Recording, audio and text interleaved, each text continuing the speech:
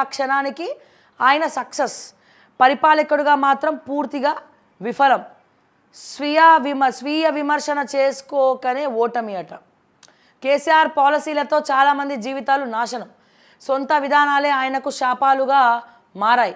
MLC అయినా నా ప్రశ్నలు ఆగవు, పట్టభద్రుల గొంతుకగా పనిచేస్తా, పనితీరు సరిగ్గా లేనప్పుడు రీకాల్, మండలిలో ప్రైవేటు బిల్లు పెడుతున్నా, దిశ ఇంటర్వ్యూలో తీన్మార్ మల్లన్న. చాలా సంతోషం, జర్నలిస్ట్గా ఉన్నటువంటి తీన్మార్ మల్లన్న మరి ఈ రోజున ఎమ్మెల్సీగా అయిండు, గెలిచిండు మొత్తానికి. నేను ఒకటే అడుగుతున్నా, 46 బాధితులు కాంగ్రెస్ ప్రభుత్వం, ఇప్పుడు మీరు కాంగ్రెస్లో ఉన్నారు కాబట్టి, అధికార పార్టీలో మీరు ఉన్నారు కాబట్టి మరి ప్రశ్నించే గొంతుకగా ఉంటారో లేదో, మరి కౌన్సిల్లో ఉన్న వాళ్ళు, ఎమ్మెల్సీగా గెలిచిన వాళ్ళు మరి వార్తలు చదవచ్చా లేదా అనేది నాకు తెలియదు. కానీ 46 బాధితులు కాంగ్రెస్ పార్టీ గాలికి వదిలేసింది. ఆ 46 గురించి గతంలో ప్రతిపక్ష గతంలో మీరు ఉన్నప్పుడు చాలాసార్లు మాట్లాడిండ్రు, మార్నింగ్ న్యూస్కి పిలిపించుకున్నారు ఆ బాధితుల్ని, ఆ జీవో ఎత్తేయాలని మాట్లాడిండ్రు. ఇప్పుడు మీరు ఎమ్మెల్సీగా గెలిచిర్రు, నెక్స్ట్ కౌన్సిల్ సెషన్స్ ఉంటాయి, దానికంటే ముందే మరి 46 ఇక్కడ రద్దు చేస్తారా లేదా? కాంగ్రెస్ పార్టీ మేనిఫెస్టోలో కూడా పెట్టిర్రు తీన్మార్ మల్లన్న గారు. మీకు తెలుసు మళ్ళీ స్పెసిఫిక్గా మేము గుర్తు చేయక్కర్లేదు. సో మొట్టమొదటిగా మరి నిరుద్యోగుల పరిస్థితి ఏంది, మరి 2,75,000 ఉద్యోగాలు ఖాళీగా ఉన్నాయి, జాబ్ క్యాలెండర్ ఇంకా పెట్టలేదు. సో వీటన్నిటికీ మీరు రిప్రజెంట్ చేయాలి, మీరు మాట్లాడాలి, పోయి మీరు వినతి పత్రాలను అట్లీస్ట్ ఇస్తురా అంటే అది కూడా మాకేం కనబడట్లే. అఫ్కోర్స్ మొన్ననే గెలిచి ఇంకా టైం ఉంది, కాకపోతే నేను కూడా ఒక తోటి జర్నలిస్ట్గా ఇప్పుడు మీరు ఎమ్మెల్సీ అయినారు కాబట్టి గుర్తు చేయాల్సినటువంటి బాధ్యత మా పైన ఉన్నది. 46 గురించి మీరు మాట్లాడాల్సినటువంటి రైట్ మీకు ఉన్నది, మీ బాధ్యతను మీకు మరొకసారి గుర్తు చేస్తూ ఉన్నాం. వాళ్ళ 46 ఎత్తేస్తారా, ఎత్తేయరా? కట్టే కొట్టే తెచ్చే, ఎత్తేస్తే ఎప్పుడు ఎత్తేస్తారు? ఇంకా చాలామంది జీవితాలు నాశనం అవుతూ ఉన్నాయి, దానివల్ల చాలామంది నాశనం అవుతూ ఉన్నాయి.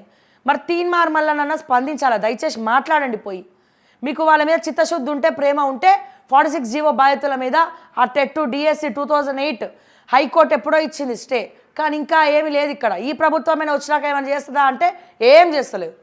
సో మరి మీరు పోయి రేవంత్ రెడ్డి గారు మాట్లాడితే మిమ్మల్ని కలుస్తూ ఉన్నారు కదా, పోయి వినతి పత్రాలు ఇచ్చి రేవంత్ రెడ్డితో చేపియండి, చూద్దాం, అడగండి, క్వశ్చన్ చేయండి, మాట్లాడండి, రద్దు చేయమనండి. జీవో 6 నెలలు అయిపోయింది కదా.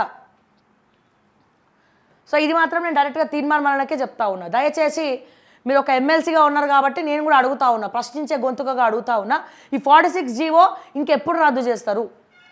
ఎప్పుడు రద్దు చేయాలనుకుంటున్నారు? ప్రభుత్వానికి ఉద్దేశం ఉందా లేదా? ఇదే సరూర్ నగర్ సభ సాక్షిగా యూత్ డిక్లరేషన్ సభ ప్రియాంక గాంధీ గారు వచ్చి మాట్లాడి వెళ్ళినారు ఫీజు రియంబర్స్మెంట్ గురించి. అట్లనే బీసీ నినాదం అని చెప్పి మీరు ప్రతిసారి మాట్లాడుతూ ఉన్నారు కదా. సో మరి బీసీ నినాదం గురించి చెప్పండి. సో బీసీల సంగతి ఏందో చెప్పండి. ముఖ్యంగా ఫీజు రియంబర్స్మెంట్లు ఎవరికి వస్తున్నాయో చెప్పండి. చాలా చాలా చాలా యూత్ డిక్లరేషన్ అని కొట్టగానే ఏమేమి హామీలు ఇచ్చారు కాంగ్రెస్ ప్రభుత్వం యూత్ డిక్లరేషన్లో? నిరుద్యోగ భృతి ఏదో చెప్పమనండి. వీటన్నిటినీ కూడా ప్రొటెస్ట్ చేస్తూ మాట్లాడాల్సినటువంటి రైట్ తీన్మార్ మల్లన్నకి ఉంది. సో ఖచ్చితంగా మీరు రేవంత్ రెడ్డి దగ్గరికి వెళ్ళి మాట్లాడతారా, లేకపోతే కౌన్సిల్ స్టార్ట్ అయ్యే వరకు కూర్చుంటారో తెలియదు. ఇప్పటికే ఏజ్ బార్ అయిపోయి ఇబ్బంది పడుతూ ఉన్నారు. అశోక్ నగర్కి పోతే అక్కడ పోతే తెలుస్తుంది. సో నిరుద్యోగ భృతి వస్తే వాళ్ళకి అప్లికేషన్ల కన్నా పైసలు వస్తాయంటే కాంగ్రెస్ ప్రభుత్వం నిరుద్యోగ భృతి ఏది, మేము ఎప్పుడు చెప్పినాం అని చెప్పి బట్టి గారు ఆ రోజున మాట్లాడడం జరిగింది. సో ఒకసారి తిరిగేసుకోండి మల్లన్న గారు మీరు కూడా. సో క్వశ్చన్ చేయండి, నిరుద్యోగ భృతి ఏది? ప్రియాంక గాంధీని అడగండి. ప్రియాంక గాంధీ గారు వచ్చి మాట ఇచ్చి పోయినారు, ఇక్కడ లీడర్లేమో గాలికి వదిలేసినారు. 46 బాధితులు రోడ్ల మీద తిరుగుతూ ఉన్నారు. మరి ఇప్పుడు ఆ బాధితులను అడ్డుపెట్టుకునే కదా ఓట్లు కూడా వచ్చినాయి మీకు. 46 అనేది ఒక రాజకీయ కోణంలో అందరికీ అద్భుతంగా దాన్ని ఎవరు ఎట్లా వాడినరో అంత వాడినరు, కానీ పని మాత్రం చేస్తలేరు. నిరుద్యోగ భృతి సంగతి ఏంది, 46 సంగతి ఏంది, వీటన్నిటి సంగతులు ఏందో దయచేసి తీన్మార్ మల్లన్న చెప్పాలి. మరి మీరు గెలిచినారు కాబట్టి విద్యార్థుల తరపున మీరు ఈ డిగ్రీ చదివిన వాళ్ళందరూ కలిసి ఓట్లేసారు పట్టభద్రులు కాబట్టి.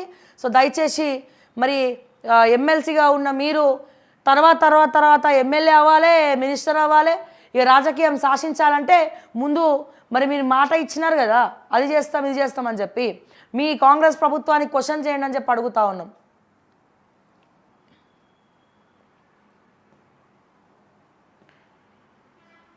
కాంగ్రెస్లోకి సంజయ్ కుమార్ సీఎం రేవంత్ సమక్షంలో చేరిన జగిత్యాల ఎమ్మెల్యే.